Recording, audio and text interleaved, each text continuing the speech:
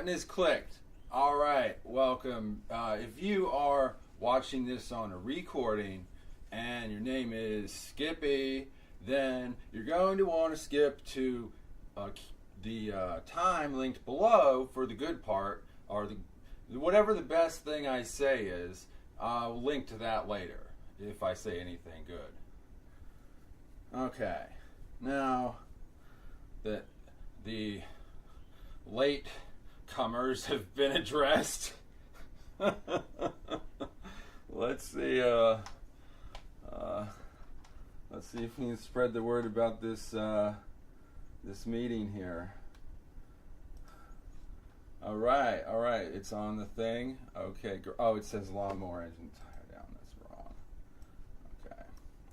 It's going to be World War III.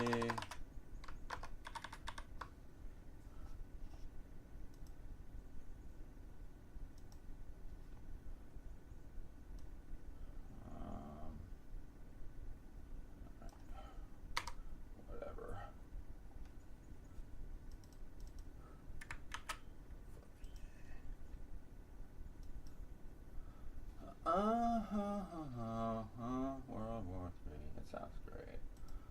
Okay. Let's see, what's the link? Copy, pasting the link and shit to places it needs to be in case somebody wanted to see what the hell. This is gonna be good. It's gonna be good. It's gonna be good. It's gonna be good. Just gotta cook. I'm pre-cooking. I'm preheated. I'm fully heated. I'm preheated. I'm ready to go. This is red alert, man. You're not gonna be disappointed. We're gonna get all kinds of information. Is going to be made clear. Things fucking confused, not confused. Deconfuselated. Hybrid warfare. Split up and distributed to all. Oh, it's not here anymore.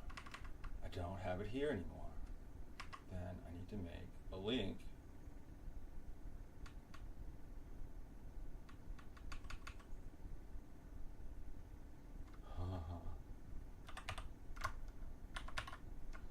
We'll get this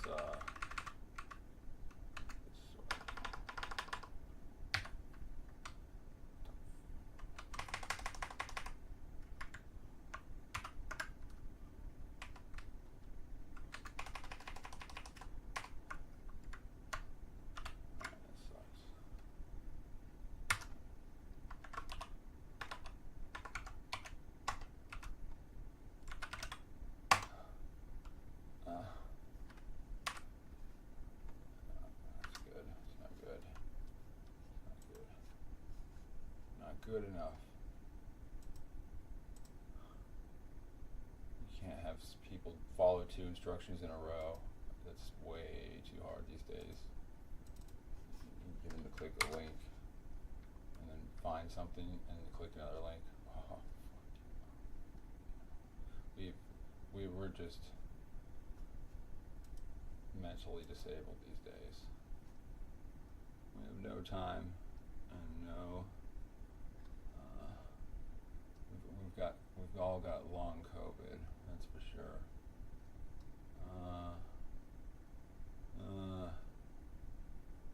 Where is it? Yeah, alright, I need to go to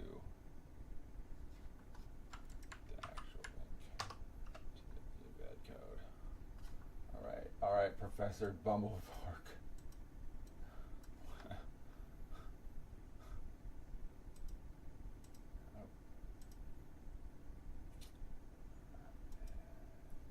Embed video code.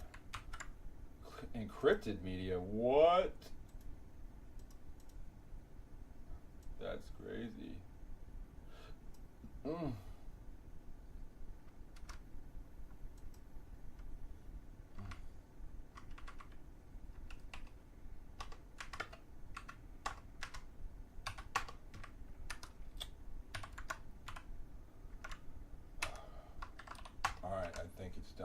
happened. Now I'm on the thing there, and you can hit play. Okie dokie. All right, great. All right, let's see here.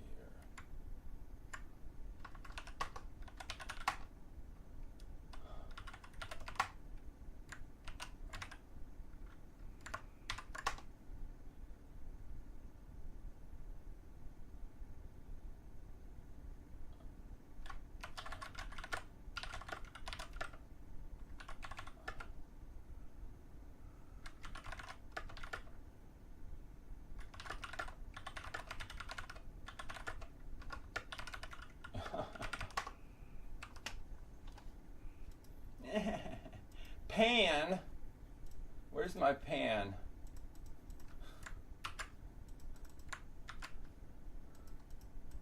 Industrial society and its future, baby.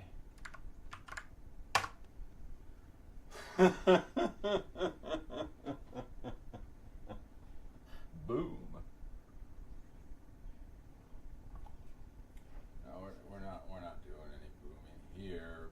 Yeah, I mean, it's by proxy. 26 proxies. The words that come out of my mouth in 26 letters.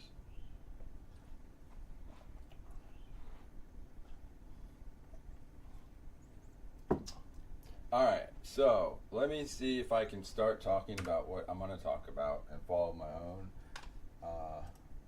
narration here. Let's get a terminal connected up through a digital thread that is interconnecting a Git repository to this live stream, so that we're all tied together here. Digital thread, digital twin. I'm gonna explain the war in Ukraine, and in doing so, create a digital twin of my understanding that you can compare to your understanding of it. We've got the latest figuring out of things, but yeah, you know, if it seems that we have a trouble defining winning more precisely. We have had that problem before. I saw where we had that problem before, where winning was defined very well, but winning was not, how to get there was not defined very well.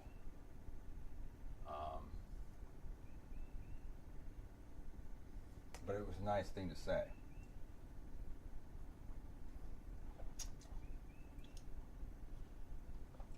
All right.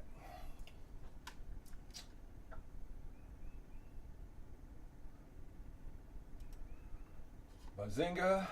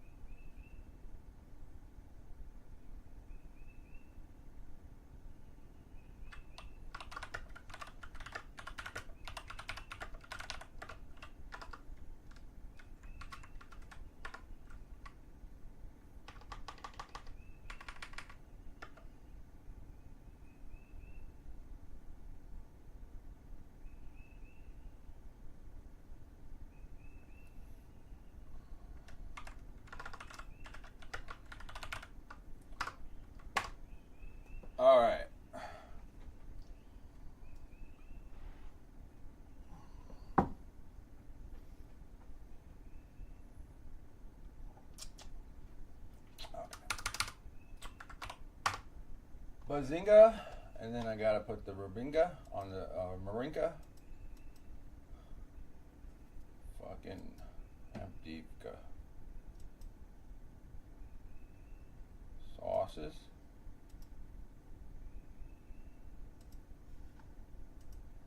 Oh, and I have a little arrow. That's so cute.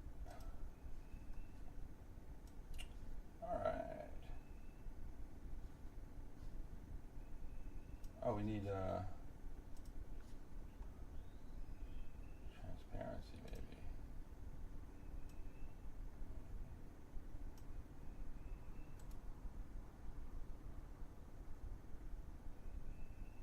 You know, that's going to be so tripping out.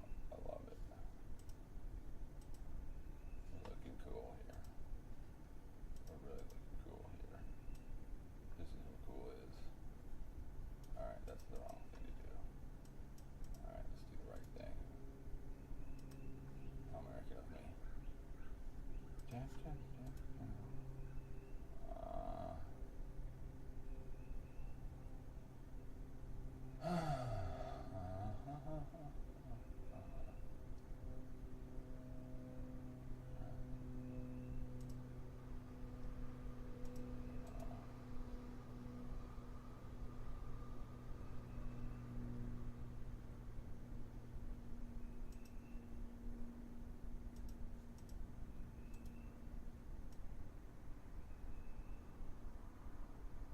Alright.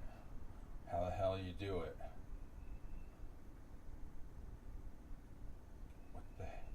Where's the thing?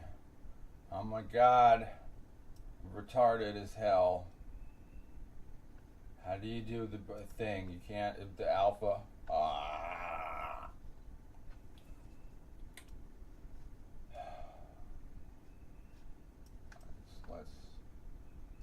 Let's make sure it's whack. We don't care, we'll scale. Alright.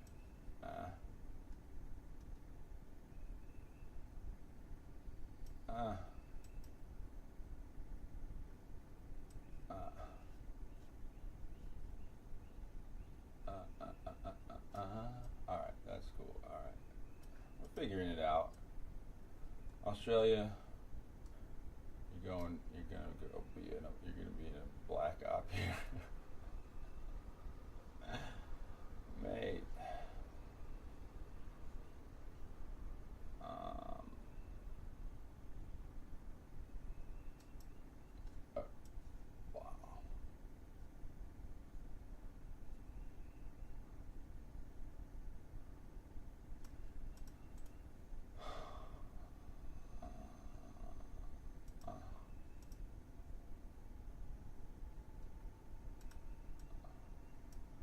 We're lurching there. We're lurching. We're getting there.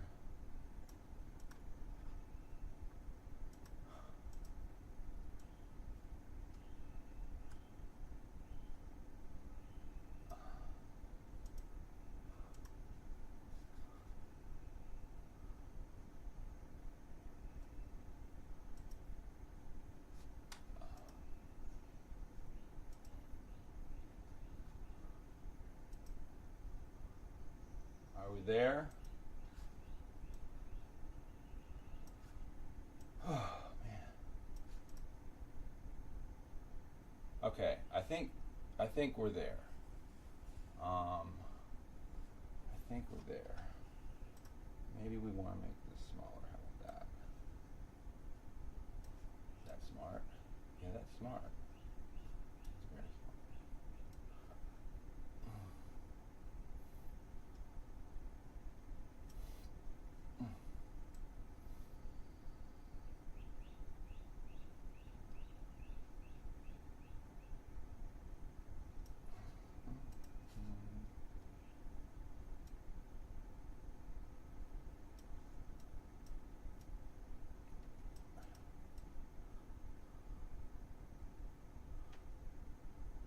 So you get to see the sausage get like massaged right here, buddy.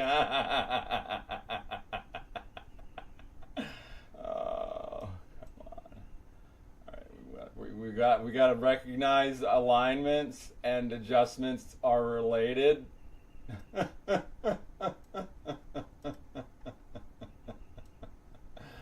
Oh dear, that's so meta. Okay. All right. What if we raise up? We go small. We go down. We also do that. Okay. Yeah. All right. This is a wonderful thing. That's what we want. Roughly there. Fucked. We want to get rid of the window.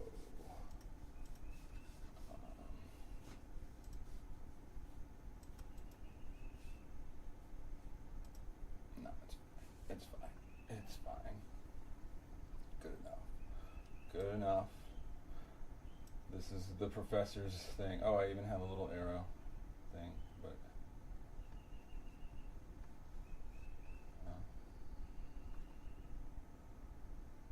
red arrow. Red arrow. Red arrow. That's the thing. Red arrow. Does that look like a red arrow? No.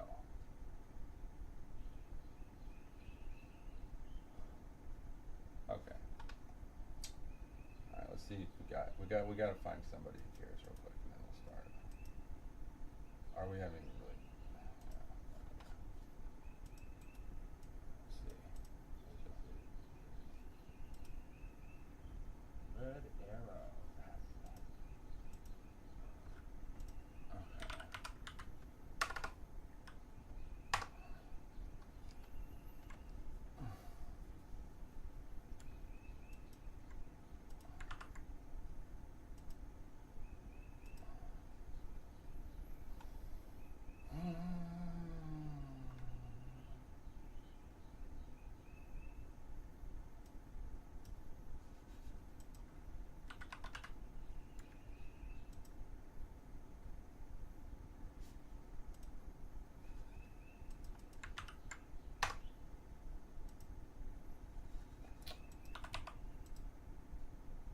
Swap nil.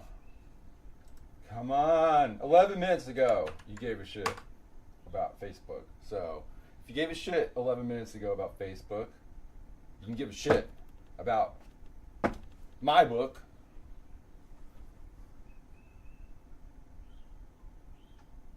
Thanks for the taco.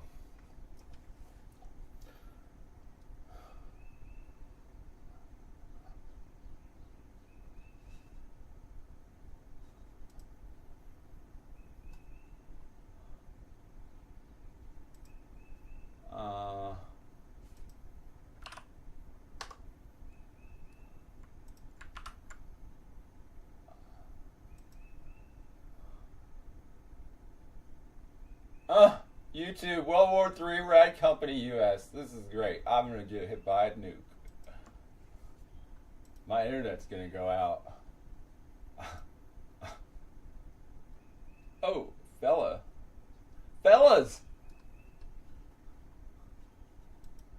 Fellas in the future. Most of you. Alright, let's begin. I don't have time for this. I say, what did I do? Did I put it there? Put it there.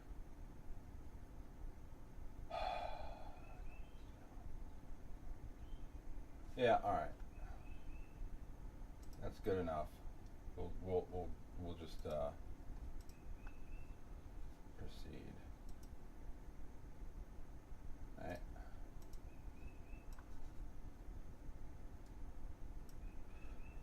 Okay. God, that's still confusing. 1983, USSR is where our story starts. And before that, basically everybody was an asshole. Everywhere on Earth, all of them, because we have to start somewhere. It's simply like. Actually the case that there's a horizon of relevance in history, okay? but this is not about all these kind of inane details. We're just saying that we're starting a story here. So we have Ukraine and Russia, same organization, right? Really, the culture is all over the place and always bubbling around, but the thing is that they were under the same regime, and this was like well understood by everybody. Okay, so if you wanted something different than that and were trying to leave, then you have to leave Ukraine also to get out of the USSR.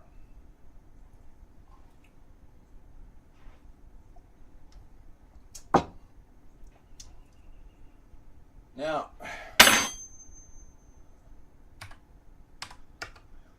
might be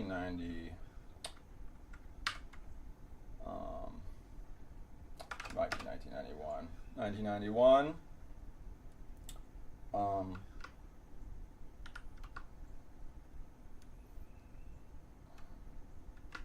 then we have Ukraine, and we have Russia. All right. Ruski, Ukrainsky.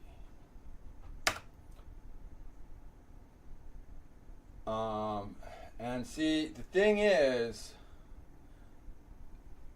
and my audience here is primarily Americans, not foreign folk, but because it's going to be a bit uncouth.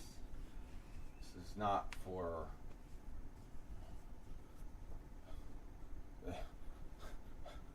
not for fucking losers, all right, basically.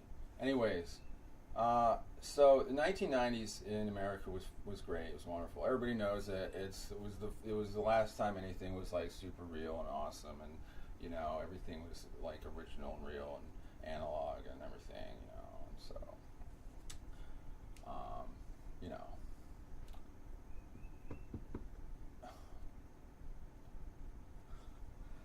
1990s in Russia was shit. Basically,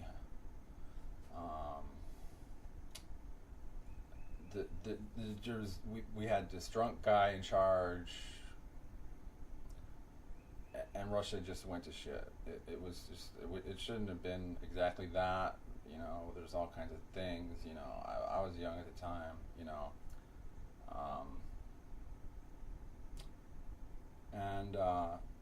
Anyways, the thing is that the Iron Curtain, the wall, the literally like the lines on the map now being open for movement.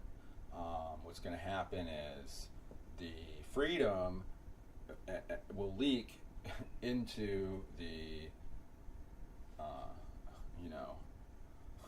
authoritarian and tyrannical zones. So, of course, like Ukraine is going to you want all the freedom you can get. So that's just the natural thing.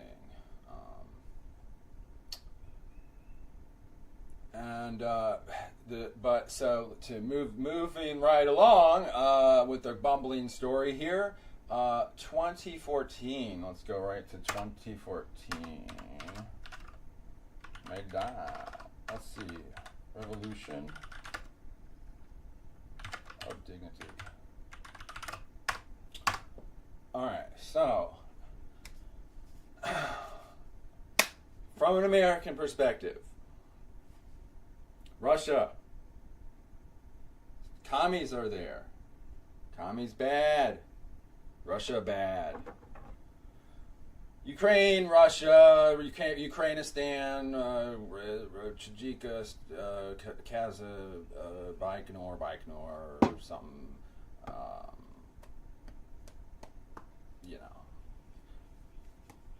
So, Ukraine was Russia. It was effectively Russia. Russia was they ran the Ukraine because it was infiltrated, for the most part. I mean, to the extent that it could be and was. So, the thing is, but the people were freedoming and so forth, and being different than Russian people, more so than Russian people. They were closer to opportunities to take advantage of, whereas people deeper in Russia are isolated from opportunity, and they are starved of activity, meaningful activity. And this is on purpose, of course. So,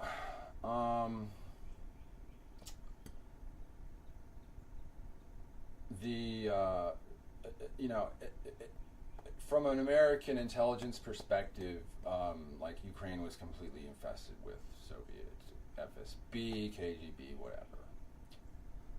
FSB. Trying to use some of the right words here in the bumbling story.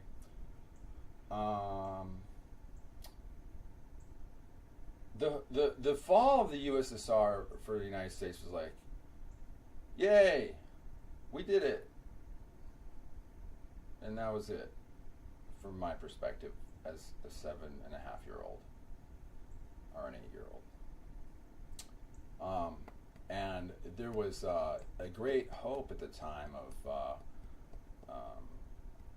that Russia would just become awesome. Eventually. I mean, it might take them a while, but they would. Why wouldn't they just be better now that they don't have to be under the thing?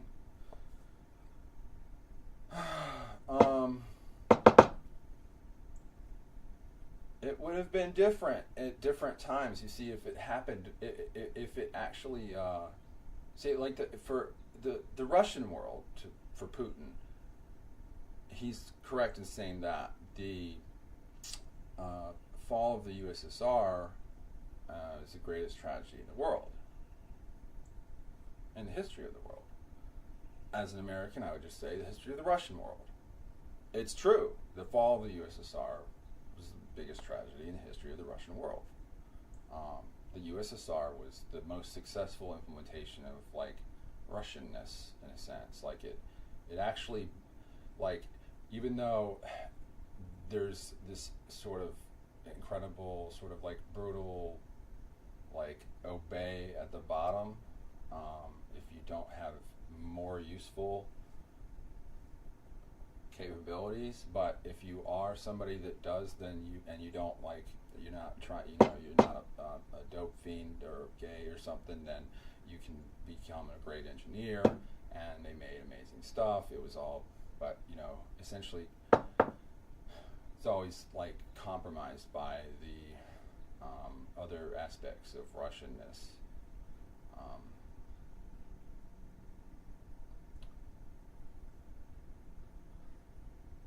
Such as it is.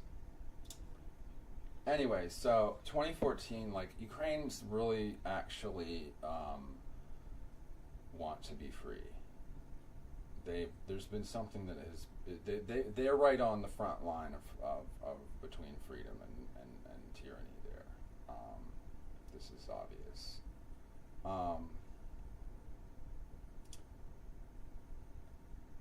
And they fought, like, crazy hard. They're all fighters, this Ukrainian. They're all, like, bare-knuckle boxers and stuff like this over there. So, revolution of dignity happens, and CIA,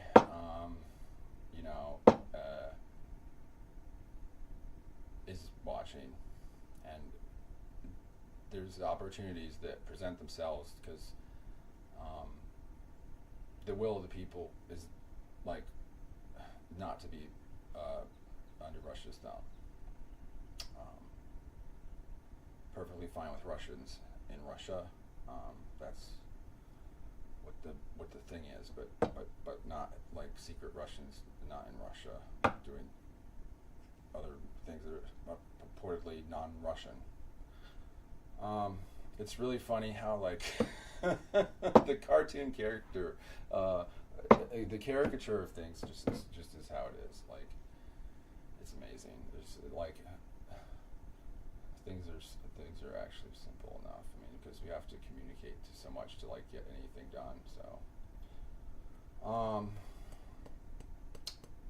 revolution of dignity happens, and there's like this like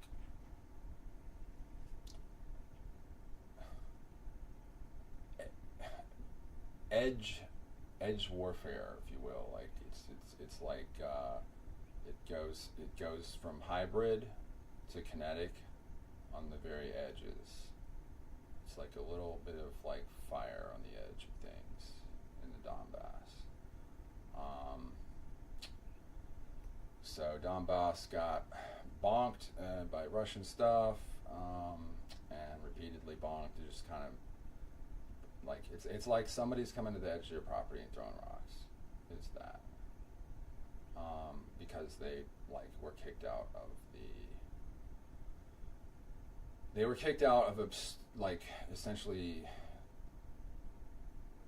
what they felt was a total control in the country. So I mean, it's still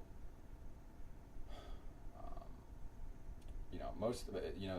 The Russian aligned were cleaned out of the Ukrainian intelligence for the most part, but it's always a messy process and it's difficult. But it was like, and still is like, essentially, and it always has to be. With this is sort of hypervigilant and like just aware. It's the hardest thing to do in real time. Like it's straightforward, but anyways, so let's go to all the way to 2022.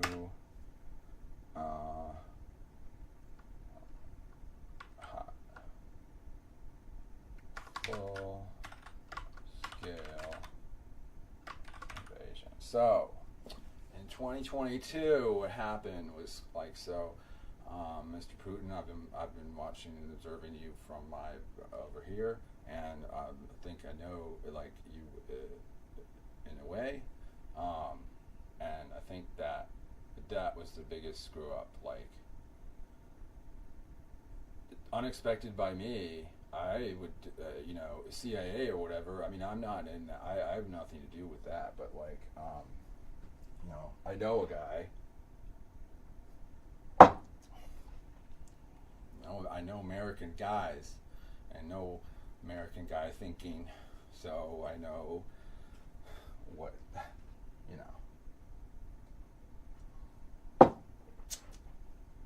But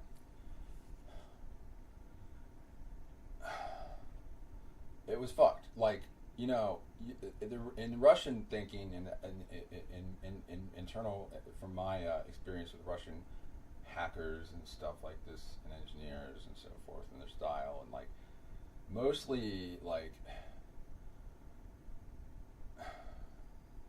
there's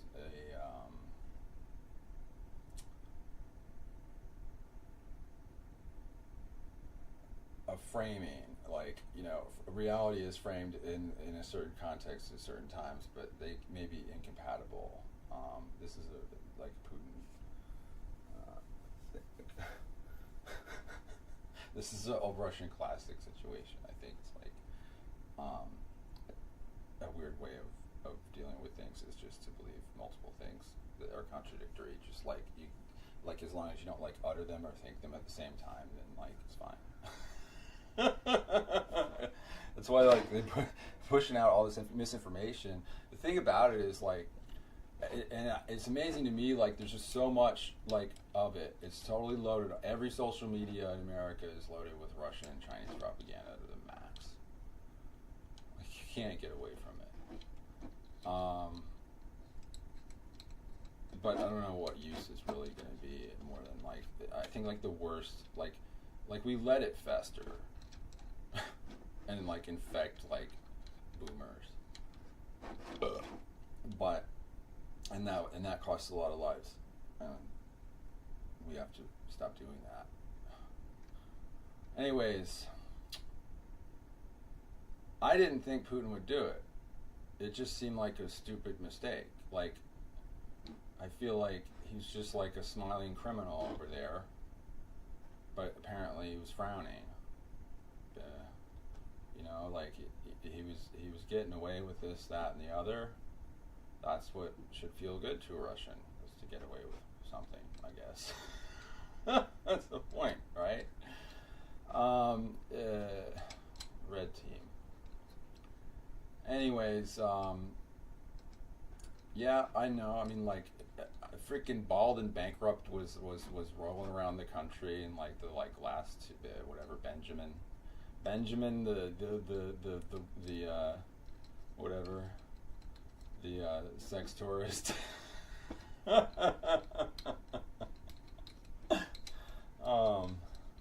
He was bouncing around like the country like the day before the invasion, and then that's when I was like,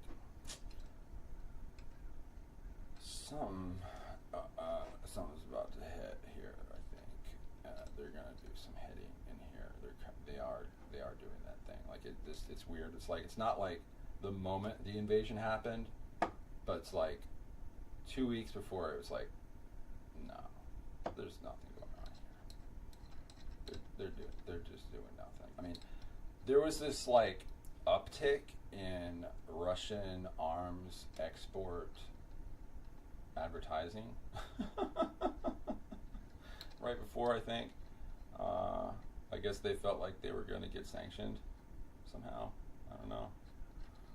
Maybe they just had excess supply of weapons. I don't know. Or they thought they did. I don't know. But yeah, because it's like there's certain mistakes that you just don't do. And I think that we've seen, you know, in the global stage is situations where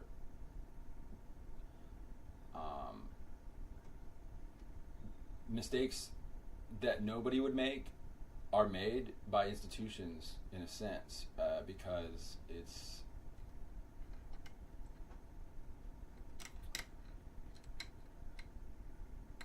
a lack of complete information it's too much or something. But anyways, it was like I'm bumbling and fumbling and mumbling here, and that's fine. But like Putin just didn't make that kind of mistake. Like that's why he's like alive, you know. Like he's got security and he's got like all this stuff. Like, you know, it's fine. Like he's got all kinds of methods that are effective for keeping him fine. People wonder about like the guards. Like you have 2 or 3 different groups of guards, and they're not like they're separated. That's how you do it as a dictator. You have different guard groups, and that way the guards, like, there's always the other group that they can't conspire with because they're not allowed to talk to each other. Now Putin's probably got this all screwed up now. I don't know, but anyways, I don't know. It's opaque to me. I'm only guessing there as to his exact whatever, but I feel like if he's making that, he's made a mistake here. Why did he make this mistake? I don't think that he would have made this mistake on his own, even though he's like the way he is, because it was like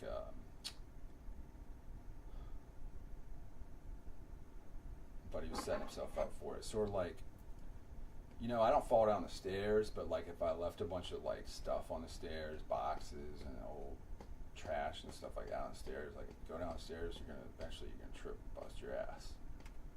Put enough stuff on the stairs, you can't go downstairs anymore. And so it's like you suddenly make this, it's like this sudden bifurcation where you make this big mistake you normally wouldn't make. But you're ready for it, like, but you like knew that it was whack, and you like looked at the stairs and you were like, it's whack. These stairs are not right. Where's the handrails? I'm gonna fall down the stairs. You get pushed down the stairs like a Russian pushed down the stairs.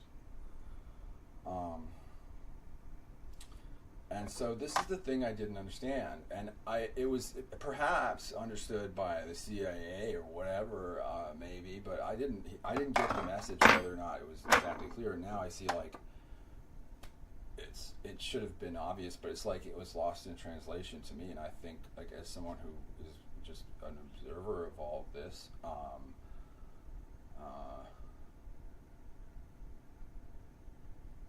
I don't miss things like that. But it also was not. There wasn't enough links of information to sort of like tie it up completely as to like a satisfying explanation as to what the hell happened here.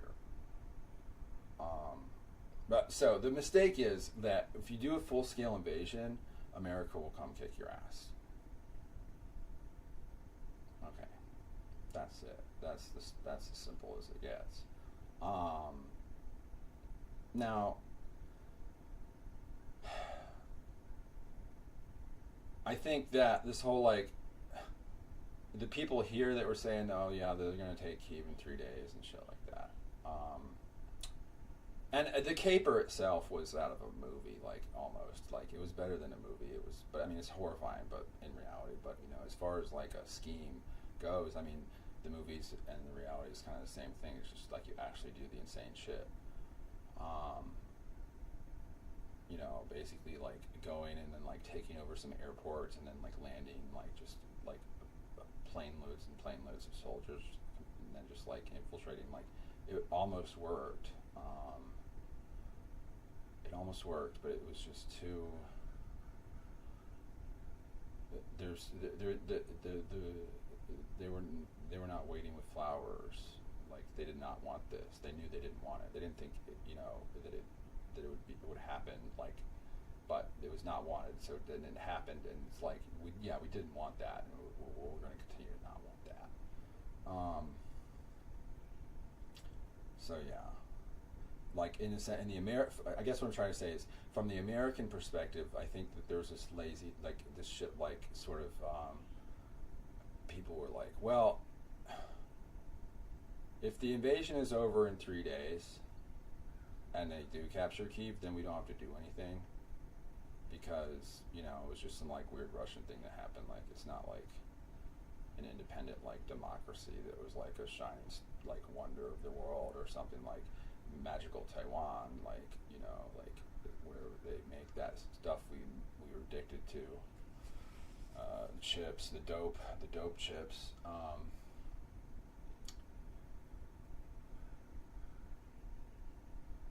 It's just that's because it's the lack of familiarity or giving a shit about that because they don't have any Ukrainian friends or whatever. They weren't listening to Miss Monique.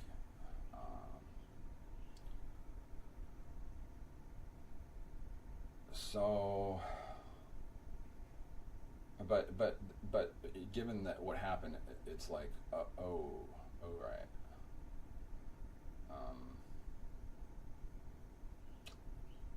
It's really unfortunate that we just spent 20 years in Afghanistan, like trying to save the world, and then just as we like are, we're in recovery mode from that, and of course this is what is recognized as an opportunity, because we're like, well, we've the hearts and minds, and oh my God, hearts and minds and rules of engagement, and IEDs blowing your friends up, and the Taliban just don't give a fuck, they just don't care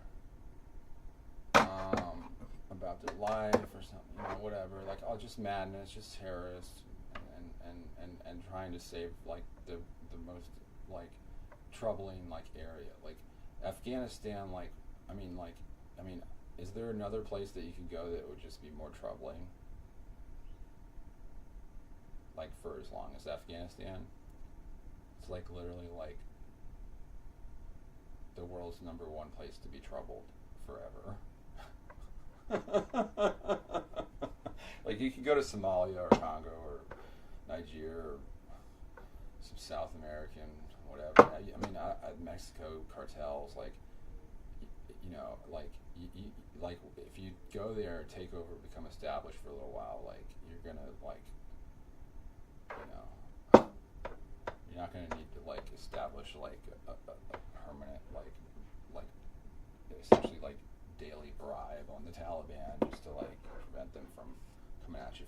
they're sort of like Americans in that way, I guess. Like Americans like will never give up about some kind of thing that they really care about. They'll just keep going until they're done, until the last bullet. American excellence. And Afghanistan's, I think that's why we liked them, is because they were, they put some gumption into it. They were serious about it. They didn't give up, and they, funny. Anyway, so we were worn out from trying to save the world there, which is like, besides all the, as far, like, the rhetoric of all of that was, like, at least, like, so much better than prior generations of saving the world from America, like,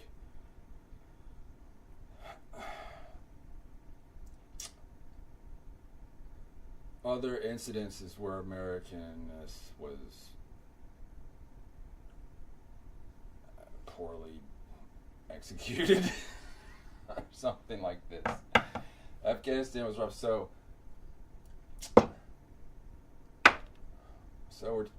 we got out of that, and then this happened, and it's like, oh yeah, so like these Ukrainian guys are persistent, but they're our friends, and they're fighting our enemies, but we're PTSD, we're broken to death.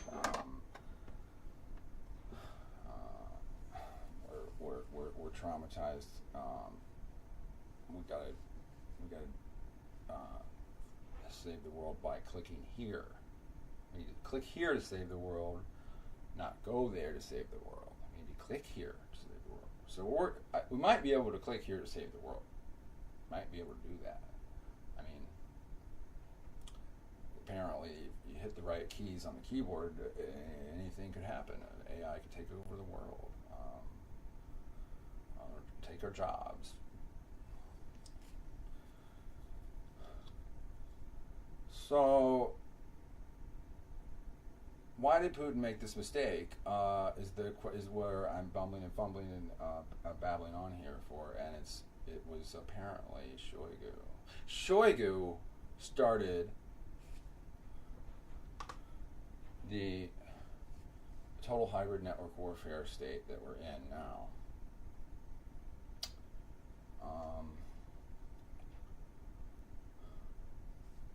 Let's see.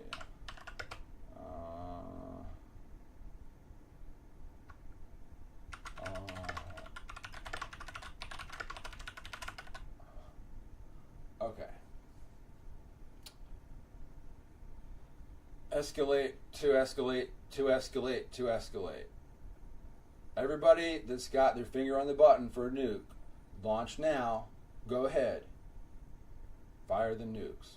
Let's do it. Let's get her done. Come on. We'll fire ours as soon as you fire yours. Come on, do it, do it, do it, do it, do it. End it.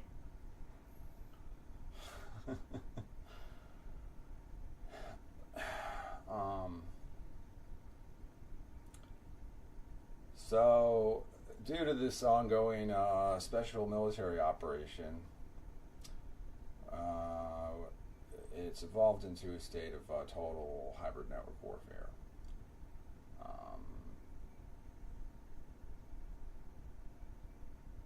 One does not return to competition after a state of total hybrid network warfare. Just there's a winner.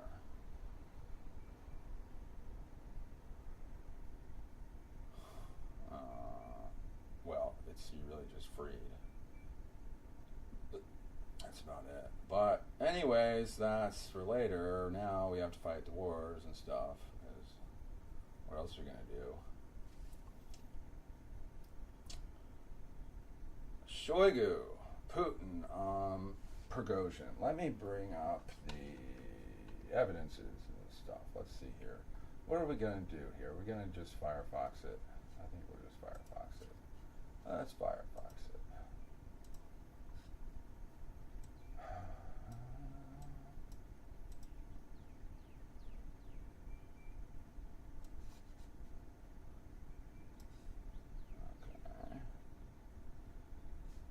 moment, please.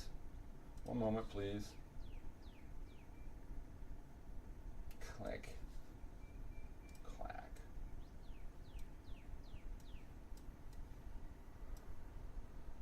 All right. Okay.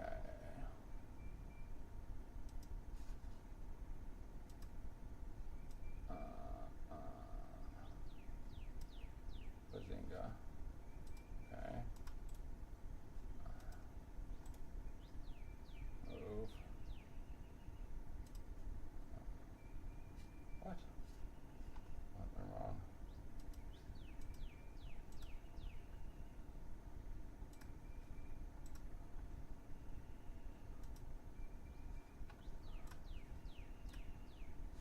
Unfortunately, we have become completely retarded momentarily. There we are. Here I am.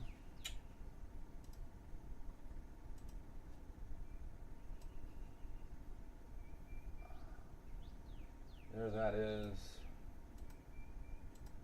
And what is that? Oh, that's just the map in the background.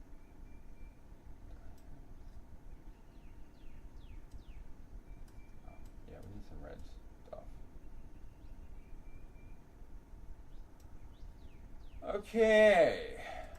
All right. Well.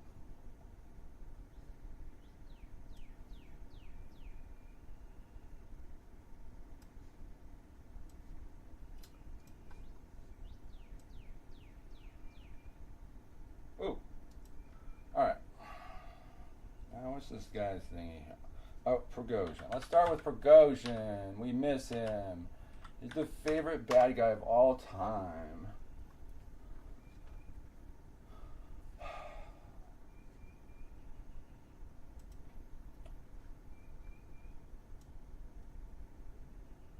You know, the thing about Prigozhin is that, like, if you watched his videos, like, you know that, like, there's a side to Prigozhin that is, like, absolutely reasonable and very intelligent. Now, the thing is that I think anybody would recognize that, like, given, like, if you're his subordinate, like, this, like, respect has a limit where, you know, you know, you get ordered to your death kind of thing, but I guess that's kind of normal for military stuff, but, like, I'm sure he was, like, a really, like, you know, he probably just took out, like, you know, good people here. I mean, who knows? He the bad man, you know, bad man. That's how they are. This is the thing. But you can see by listening to him, it was interesting. It was that Wagner's absolutely was more coordinated, more like than the Russian Ministry of Defense. I guess that's why Putin liked it so much.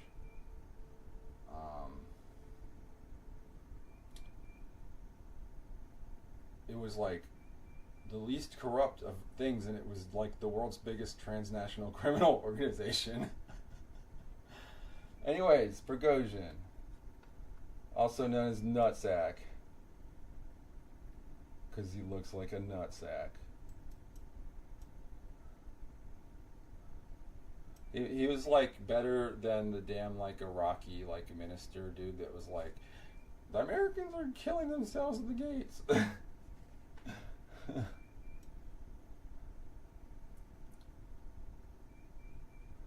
Alright.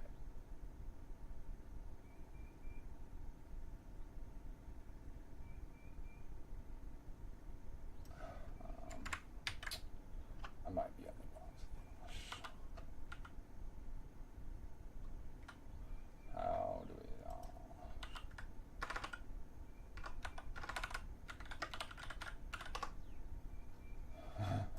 Sergei Shoigu? Prigozhin.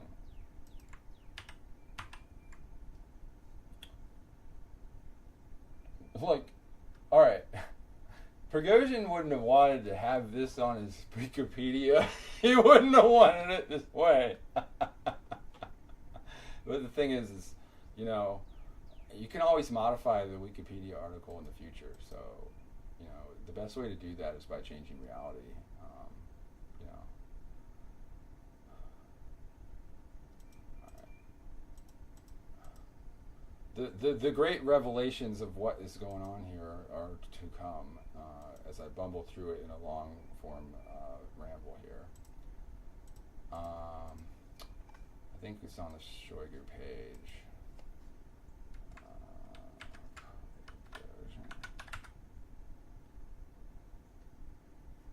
Yeah, alright, this is it. Right here.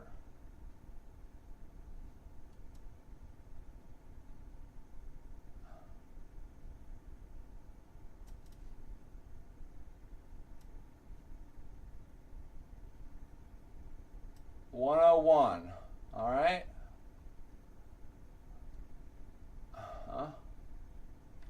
It's in the Wikipedia.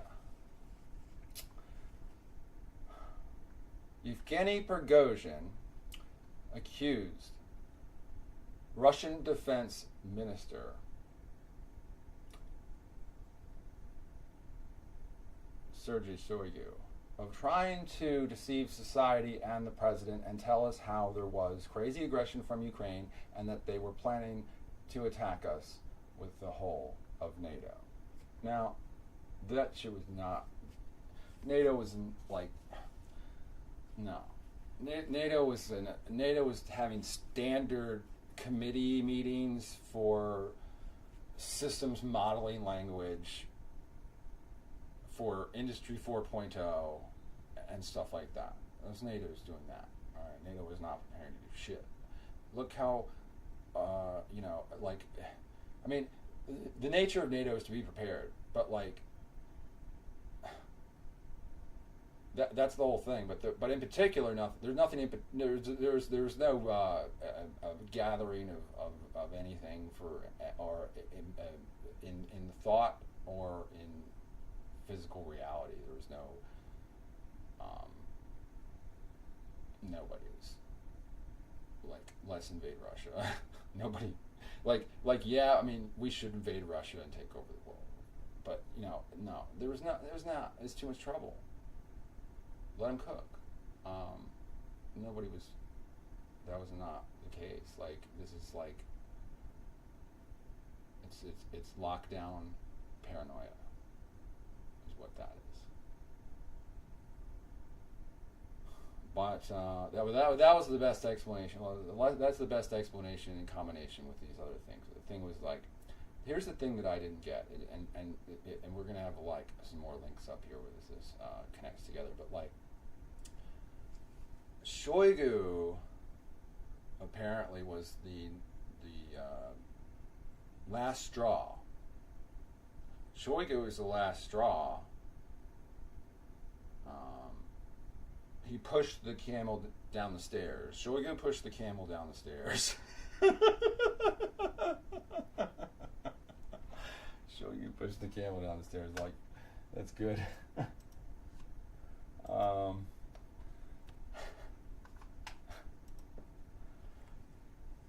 That's what made Putin like do this thing, is that he just went with that because it was available. Like, it was on the list of initiatable action items for the meeting agenda, and it was like, okay, make a plan to invade Ukraine, of course. Why wouldn't you? Yeah. Gather the troops for invading Ukraine, and we'll just like, what does that look like? So why did he do this? Like, Shoigu apparently was a corrupt motherfucker, big surprise, but apparently too corrupt. And this other guy that just is in jail now, Timur or Tizu or whatever, their general guy, he was in with Shoigu, and they were under investigations and all this stuff. And basically, like,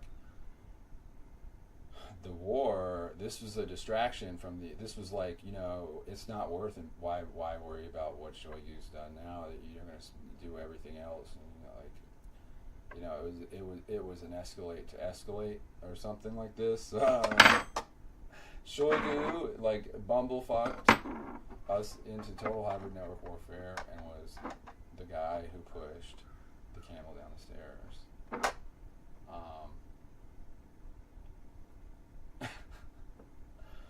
So this is what Prigozhin said, and that was known back in June 2023. But amongst like Prigozhin's like ramblings against Gerasimov and Shoigu, Prigozhin buried the lead because he's like, it was, I think, the most embarrassing aspect of it to him for Russia that that you know, you talk about a march for justice. He was the injustice was the deception of Putin by Shoigu or whatever. Like, you know, and see the extent of this internally existing as like the story I'm telling it. Like, what are the differences? Like, you know, the fact is, I don't think anybody was like completely unaware. Like, Putin knows like what the fuckers are like. You know, he's the fucking guy. Like, it's, you know, this is like just how it is. But it's like you're with these. You know, everybody's a warlord and a tyrant. You know, and you're in warlord tyrant club, and you know, you're not. You don't get there by like being like unperceptive, but you write your own story. You know. Like you, and this sort of like Russian-esque thing of like these like multiple. I mean, everybody does this to an extent, but it's like a mistake that the American system, for the most part, can't make, even though it tries really hard, which is to completely get something like utterly wrong, like permanently. So let's take a look at this other site.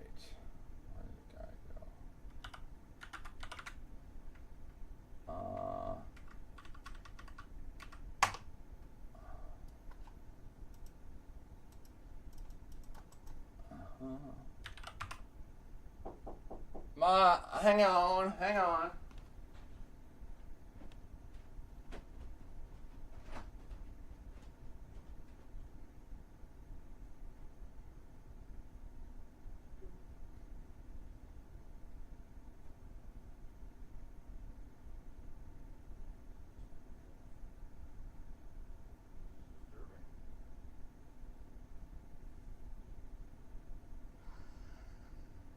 What is this, Ma? Is this an IED? Like, good God. This is really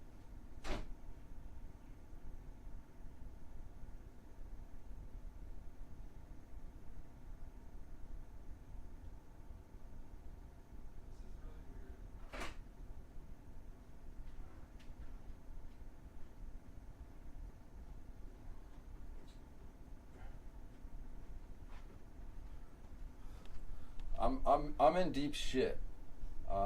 This arrived unordered and with no information on it from somewhere, and now it's in my goddamn hand.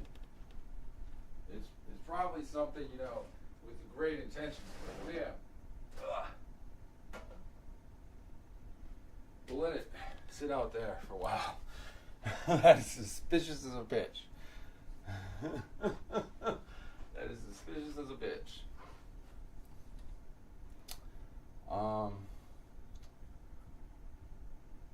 Anyway, it is what it is. So, anyway, World War III.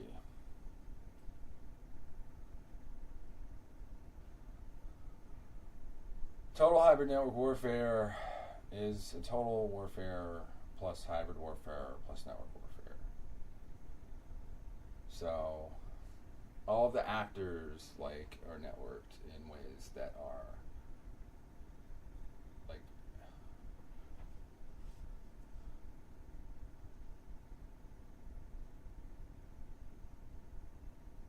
essentially like the supply lines are nonlinear. They're looping back and forth because they're sharing whatever they're sharing to get the weapons to whatever. But the bad guys suck. Hang on.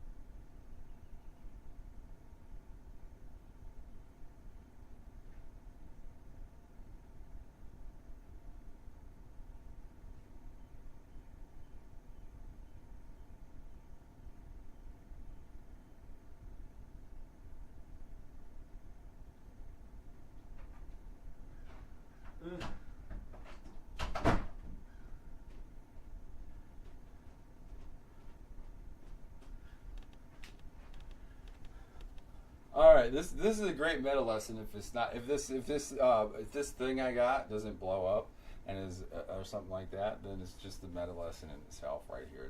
There's a great lesson of this, like the. I take it as a matter of fact that Shoigu pushed the camel down the stairs.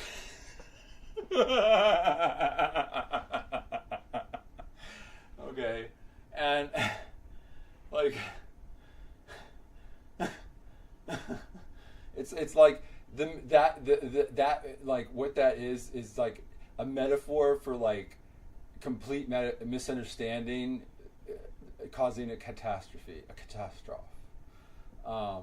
So I'm here talking about CIA, intelligence war, Putin, and all this stuff, and like like what there's listening devices in my ass and like chips in my brain and like whatever. It's like a room full of people somewhere that give a big shit about me and like monitoring my movements and thoughts and like my like digestive situation and all that.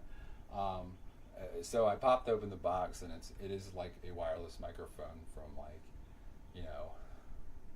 it's weird. It's got that made in China like Amazon thing, but it's like an older looking microphone. It's like from a church kind of thing. It's probably just something from the neighbors or family that they were like, oh, here's this thing and nobody wanted it, so here you can have it because it's technology. Like they'll give me do you want like a router and a scanner and all this stuff that like gets bought or whatever, maybe used, maybe not, but then it's like a technology item like that would otherwise be useful but is no longer. I tend to absorb those from people that I know. Because junk, it's just a thing, to be having junk and using junk for purposes and taking junk apart. It's just natural, like it's a habit. It's like lifelong. Like even when like I'm most like depressed and worn out, like I will watch videos where dude like takes some like contraption apart and comments and like fights it and like learns about it and reverse engineers it and so forth. So big lifestyle stuff or doggone wild stuff. Anyways, so it's most likely just some junk that was donated to me there. Well, it's that's true, but it was probably not from Russian agents or whatever, or American agents. Oh. Where the heck were we here? Where we're close. We were so close.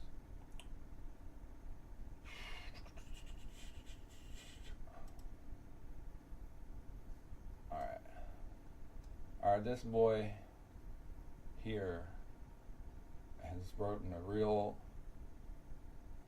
set of zingers here that made it clear to us that are not,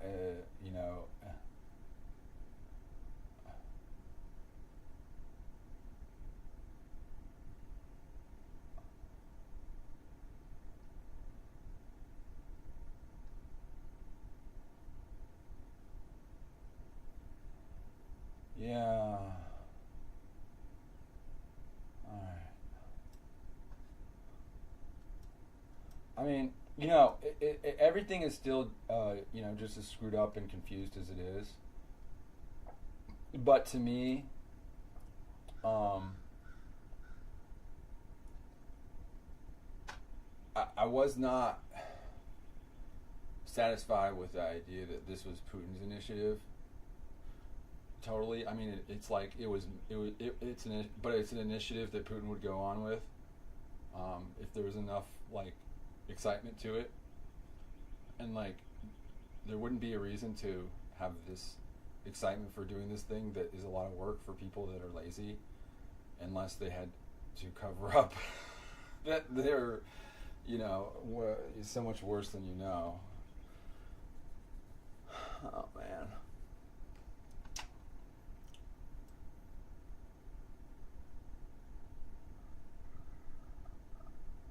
So now, so Shoigu pushed the camel down the stairs, and now, let's put this here.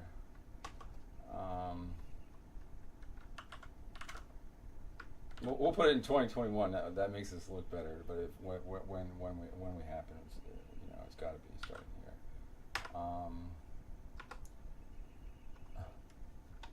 Like the history books. This is for the history books. Like, was it the assassination of the Archduke Ferdinand or whatever the hell it was? Was that what did it? Was it the Battleship Treaty? Wait. Like for the people that are really young that are watching this, you can just remember that, like, for your test, it's 2021 is when Shoigu pushed the camel down the stairs and caused total hybrid network warfare to be actualized.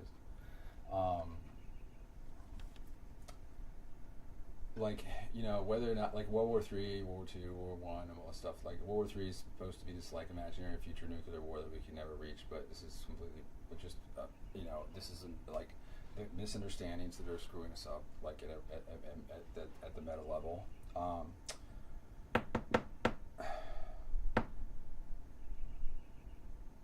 Like, the Russians, like, know they're bad guys in a sense.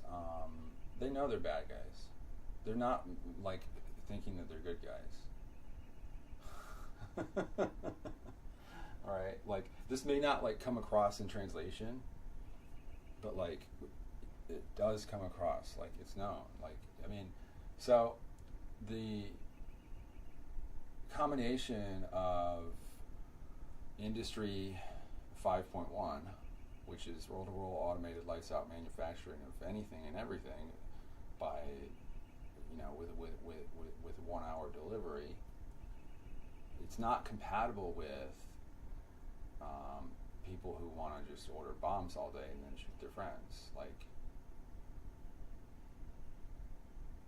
I think everybody's afraid, like, nobody gets this, like, machines that can build other machines are not, like, a future thing. They're, like, this is what we already do.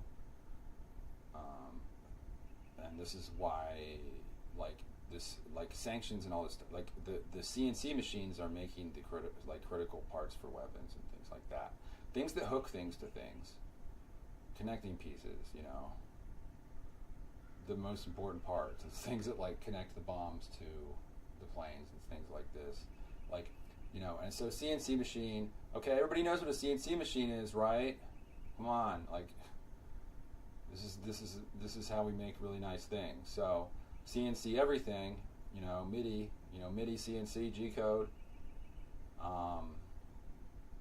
When you MIDI your CNC G code and you have a feedback loop and you got a room full of CNC machines and you've got, meth lab on a chip, and you've got fiber laser networks, and you have, the limit is that you can fire and blow things up. You can fire a missile off faster than you can make a new missile.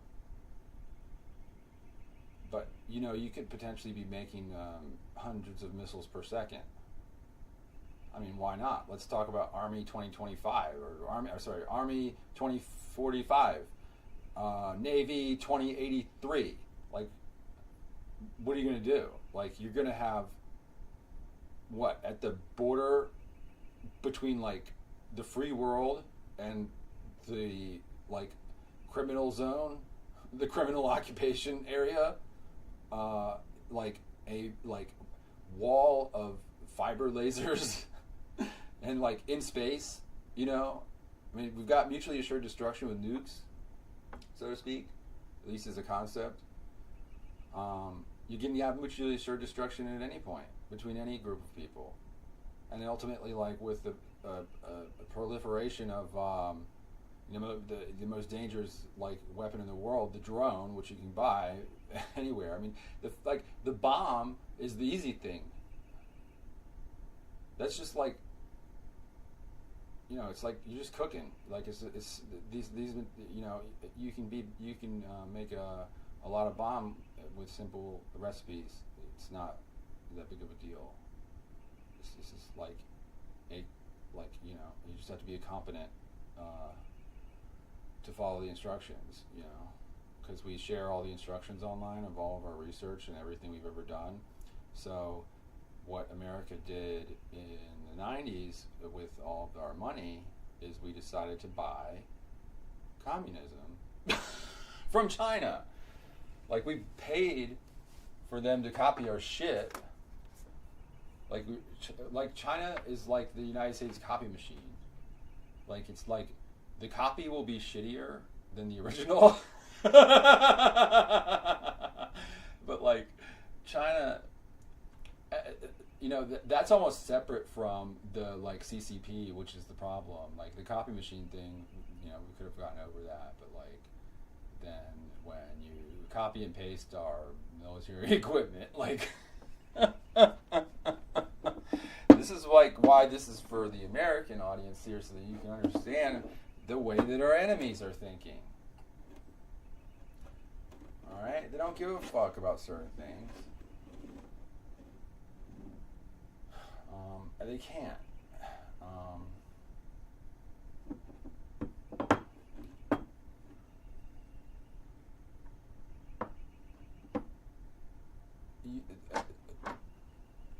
Post-scarcity and is not compatible with tyranny.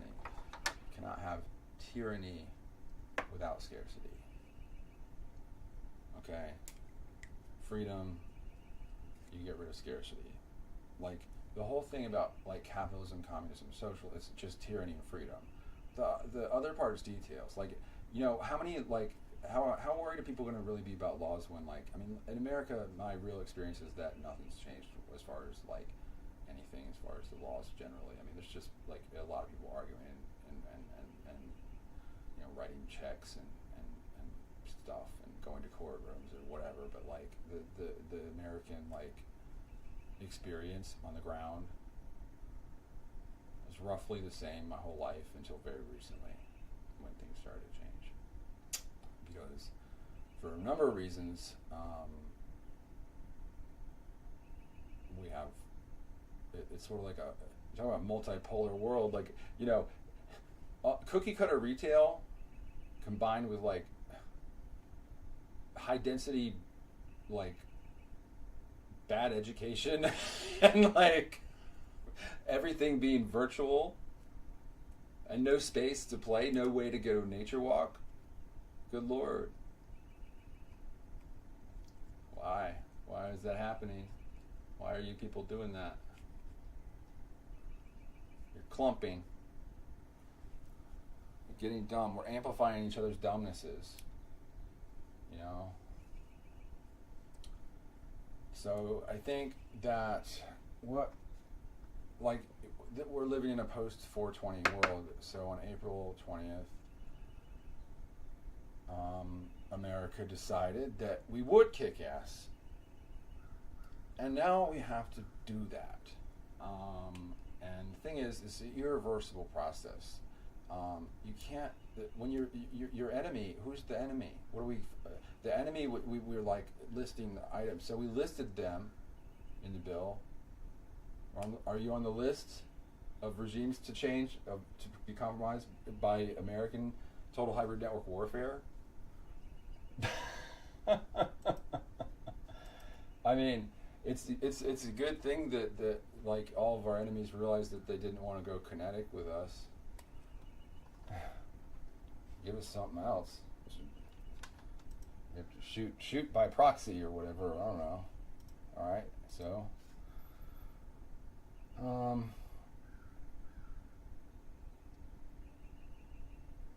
it's the American challenge.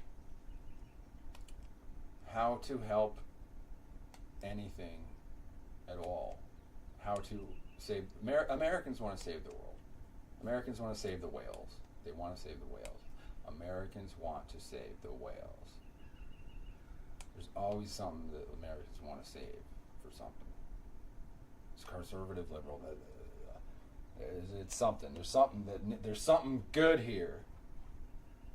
Out there, there's good things, and they shouldn't go wrong. They shouldn't be bad. how to communicate, like to, you know, it can't possibly be as difficult as Afghanistan to, you know, you got people in these societies like walking around with smartphones. You just be like, you know, send them a right message. A couple of them, you know, if you could just, you know, use a super AI to like write like propaganda, like cyber weapons that are better than TikTok and CNN. Let me see if I can find this other bit about Shoigu here. Are we done with Shoigu? Maybe we're done with Shoigu, but it was just that. Oh, yeah. All right, I'm coming now. I'm fine. All right, we gotta go to the other place. Shit smack or whatever.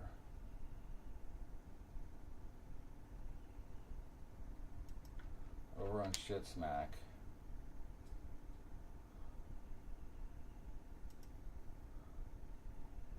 All right.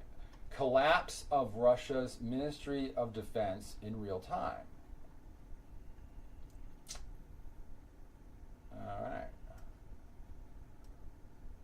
April 29th, 2024. There is the situation. Shoigu, this guy, that guy, this guy, that guy, you know, whatever.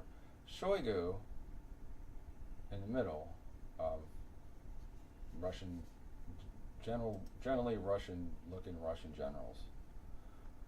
Okay. Oh, one of them is in the clinker, but they got, see the plexi. You see that plexi on there? It's weird. I guess they like that. They like to use that plexiglass. We don't, you know, rather than bars or whatever. It probably is better. If you get a nice thick piece, like you can't break it without if you're handcuffed, like dude. Then you don't have to, like, easier to clean, you know, not heavy, I guess. So you know, you can make a jail out of plastic. You don't have to make it out of concrete and steel.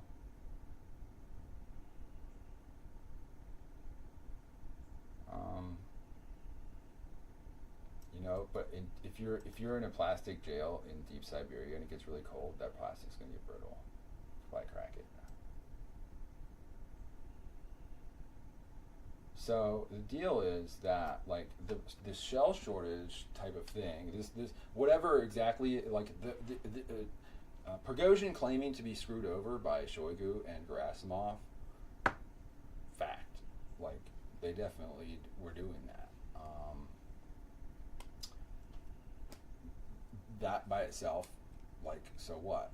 Like, it's just like the connection of this is like a failure analysis right here. Where I'm going with this is like, how did we fail here? Well, not we, but you know, how did they fail?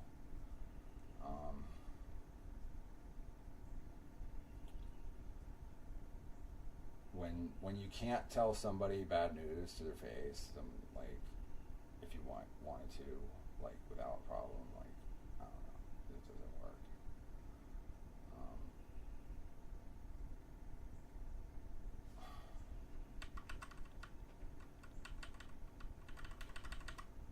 So, I mean, this guy's got the article. You can see his website here, Igor Shushko.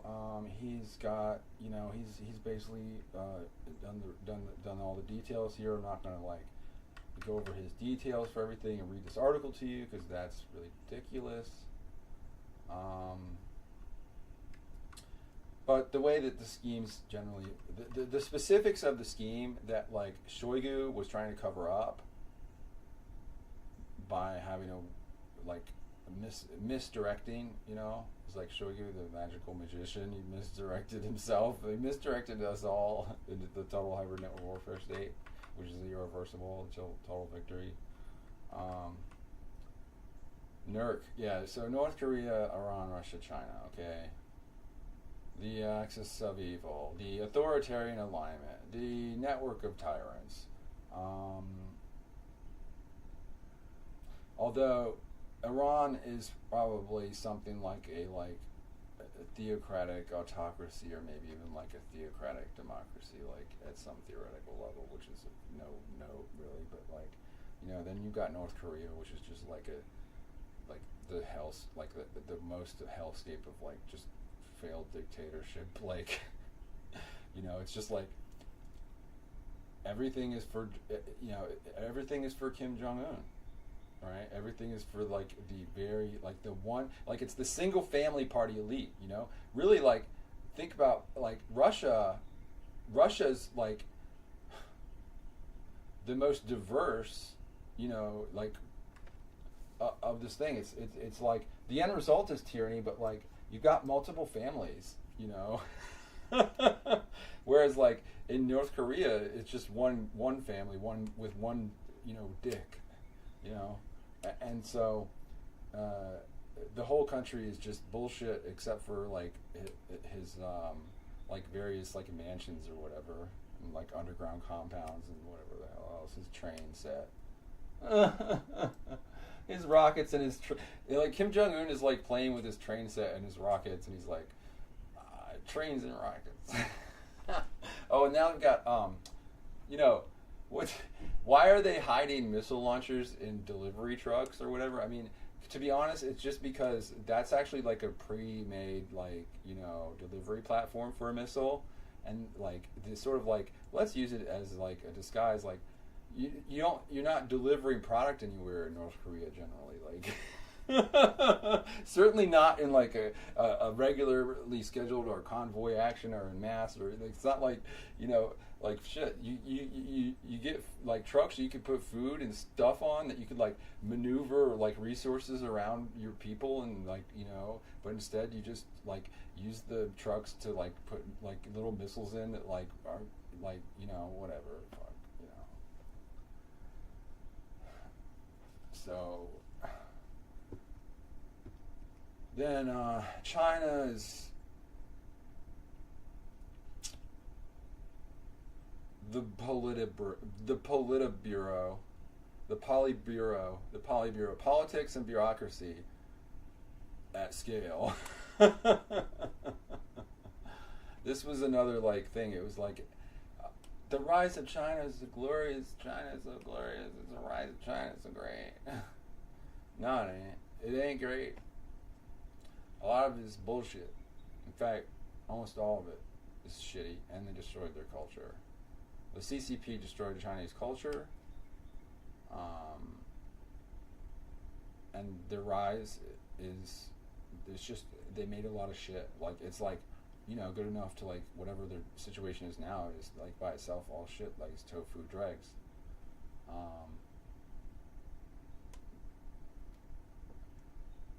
I don't know about this rise thing. I mean, it was like when you have a population that's like let it rot, like the water you cannot drink. Like who is this rise of China is bullshit. It didn't happen. They can't even drink the water. They can't. The CCP cannot run a fucking river. They mismanaged a river. They mismanaged multiple rivers, so they're flooding all the time because it's all the river fills up with silt, and then they build up the bank, and then, so the house everybody's around the river is lower than the river. The river's higher than the people, so of course then it overflows a little bit, and then it overflows a lot because it tends to be how things flow. Can't run a river, can't drink the water, can't breathe the air. The sky don't lie. You look at the sky in China; it's always looking thick. The atmosphere in China is thick. In a big way, like in Russia, you just like they haven't been able to scale like their pollution factories that well.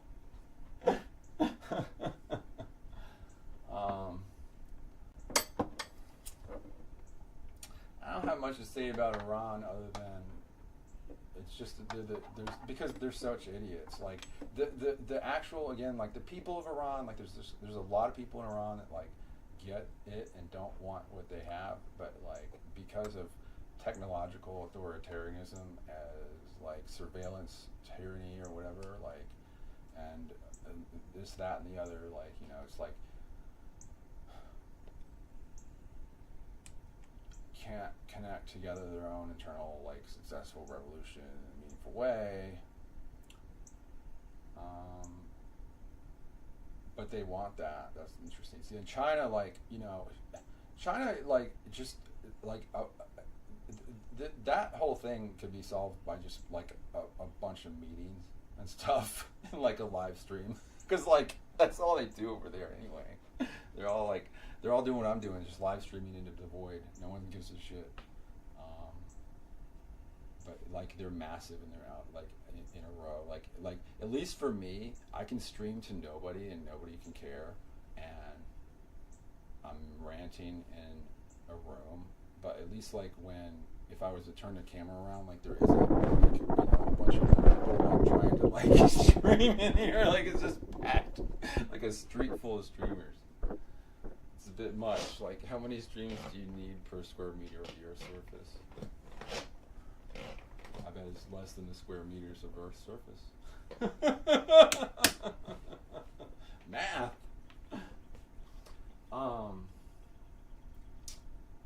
It's a nice day here. What am I looking at here?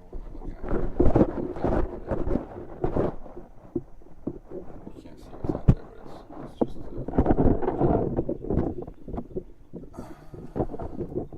All right. I feel like I had some important things to say. I said some of them.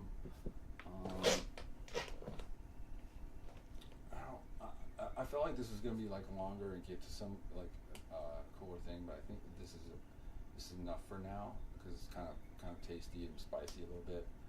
But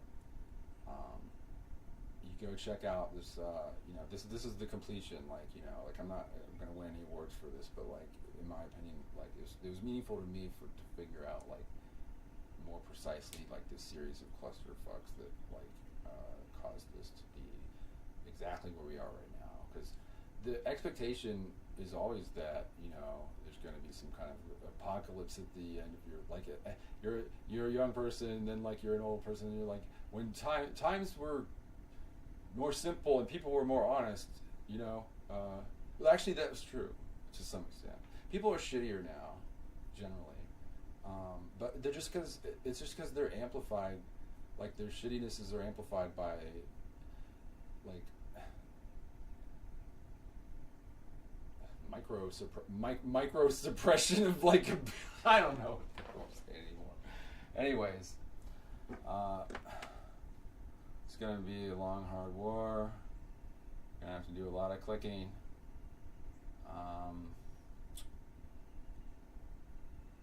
So yeah, all right. Well, you know, the technological singularity is coming, right? And AI is going to take over the world. Well, I mean, look, the future is here. It's just not equally distributed yet. So, what is that like? You know, what information leaks across the black hole horizon that could tell us about the post-singularity world? Well, I don't know. You're not super ready to know that. You know, but I'll give you a clue of what it must be that is lets it incept in your own mind. But if you consider this technological singularity to be a point in time in which at the present you cannot predict past, like what might even happen, because it's just there'll be so much crazy stuff happening, like what is beyond that? How do you know you're beyond that time? How do you know you've had a technological singularity? Well, you'll know. You'll know. In fact, it's almost like total certainty that you'll know.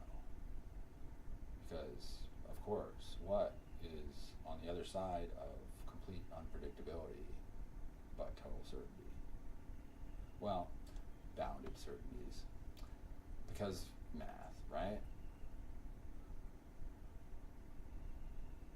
But this is a fiction to a little extent. Like, it's not like the technological singularity is some kind of like nerd rapture. Is of course, a silly thing, but there is a status in time when you have there isn't problems that we have now that are like always present in everybody's face all day long. Like, you have to do a job to get the money. You have to pay. Somebody's got to pay. Somebody's got to pay. Somebody's got to pay. Somebody's got to pay. Somebody's got to pay for it. Somebody's got to pay for it. You got to pay for it. Got to pay for it. Got to pay for it. And all this shit. Nah, that's the kludge. Money, capitalism is the best system. Is whatever. Given that we tried everything else, like, well, I mean, you still like. When you're 3D printing CNC machines in a boring tunnel that is connected to like geothermal power, you gotta go to the core of the matter here. The core, like the Earth, is full of fucking energy. There's all kinds of resources down there.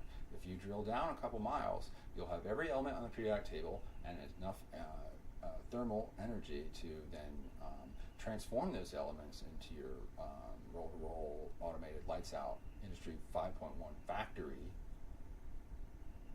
That's software-defined, a software-defined automated Industry 4.0 factory with a digital thread from visitor clicks all the way to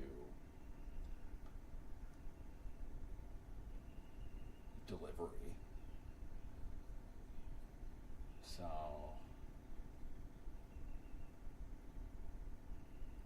there's enough power down there that people are always going to fight over stuff, but like land, I mean, so there's enough power in the Earth to terraform the surface using post-singularity technologies like supercritical thermonuclear terrafracking. Yeah, so supercritical thermonuclear terrafracking is where you go to the seafloor,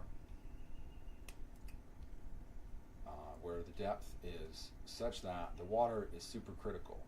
Like the supercritical aspect of things is both that you can use a supercritical carbon dioxide turbine for your power generation, and you're going to want to do that because it's better. But if this was done, if this kind of thing, it would be equivalent to do it with like the steam turbines that everybody knows and loves now.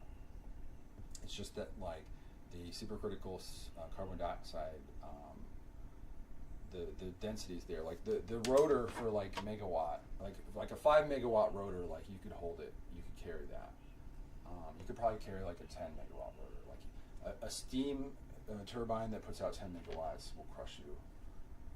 So it's optimal, but it's the same thing.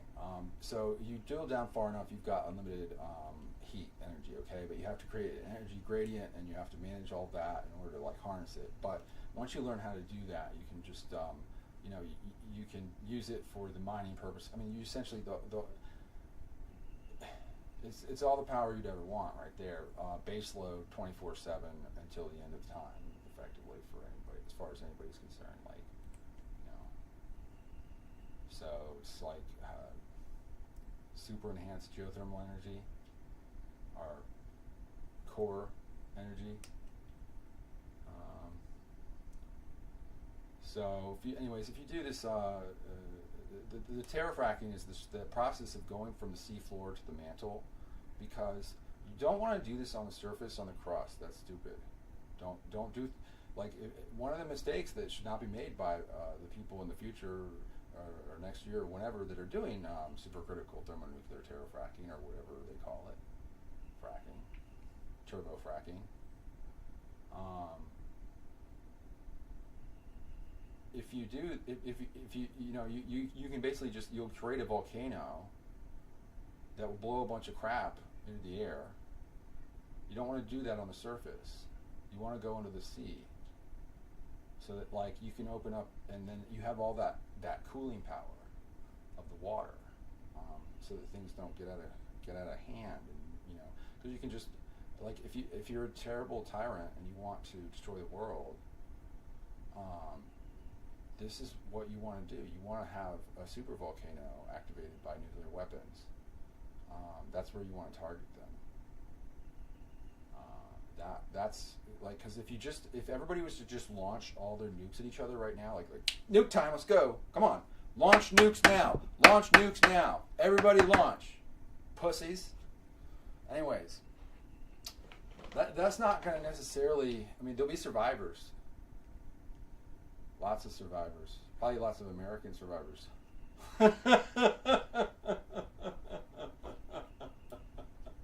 Probably not so many other people's survivors. Anyways, but if you block out the sun and the atmosphere, like, we won't have enough shit to fix that before it really causes a lot of problem. I mean, we'll be able to get, I mean, we don't have military plans for supervolcanoes as far as I know. I mean, if there is, they're classified like in some kind of archive somewhere. Probably in the 70s this was fully researched, along with, like, you know, a nuclear powered tunneling or whatever, with microwave heating of rock and all this.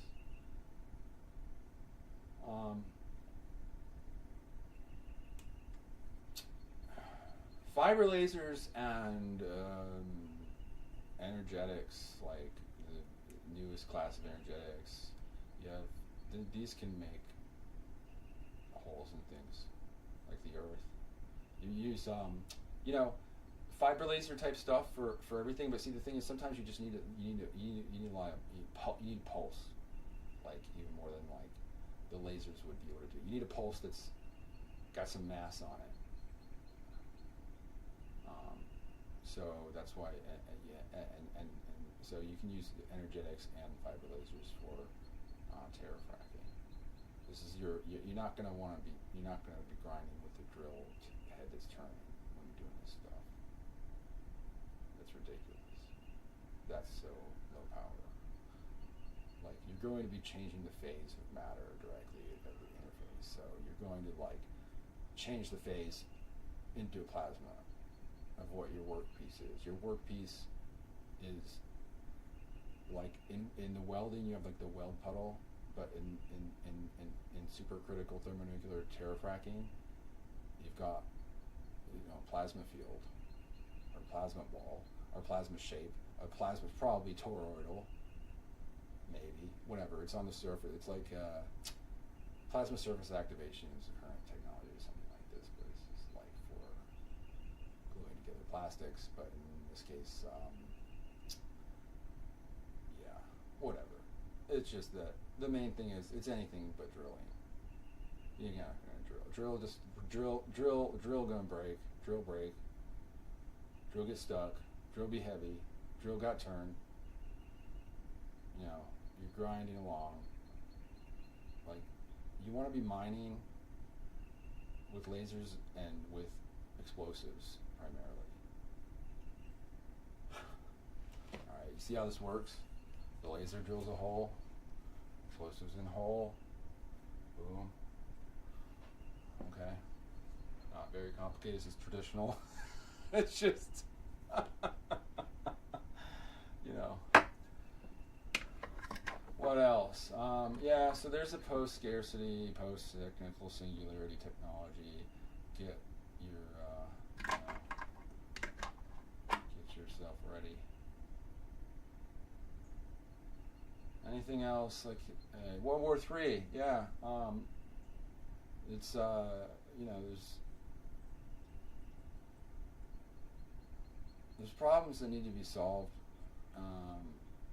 and they're all super wicked turbo problems where trying to solve them, like, time is running out, attempts to solve the problem make it worse. What do you do? Anyways, yeah, alright, this is good. I'm going to cut this thing off. I'm done with this. This is my saying of what's happened or whatever. There was this. There was this. This existed. Now it's gone. This is over. We're done. We're noted. I got some other shit to do. And we're done. And we're stopping the stream and the recording now.